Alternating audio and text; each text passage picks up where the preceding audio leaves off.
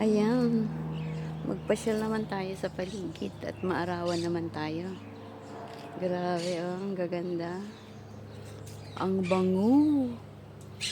Sarap ng amoy yun. Kung pwede ka lang ilagay sa flower vase, kaya lang nalalanta ka kaagad eh.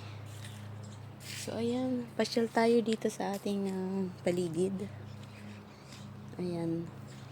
Ayan, sige, pasyal tayo dito sa garden. Ayan. Diba? Pasyal tayo sa garden.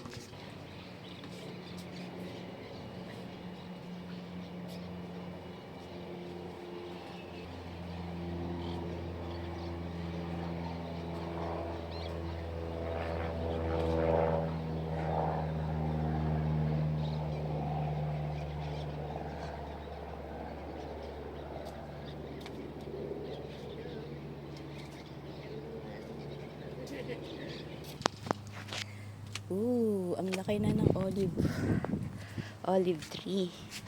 Look that. Ang laki na. Wow! Ayan, may mga punong avocado dito. Tingnan nyo guys. Ang dami nyo, no? Ang daming makakain na avocado si Maria. Oh my God. Tingnan nyo na. Tingnan nyo. Ang dami, oh. Wow. Yan guys. Madami tayong makakain. Ayan, dami guys. So, ipasyal ko kayo dito sa backyard. Ayan. Yung mga flowers. Wala tayo dito sa Pinas, di ba? Flower na to, di ba? Ayan, ito pa. At ito pa. Ayan, avocado pa, oh. Next week, pwede na akong kumuha ng avocado. Kasi malaki na eh. Pwede na siyang kunin. Grabe.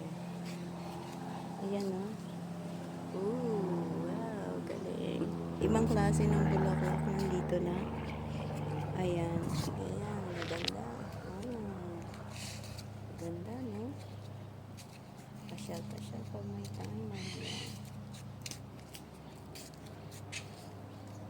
So, ang laki na ng pine tree, oh. Ang taas na. So, ayan. Taas na ng pine tree dito.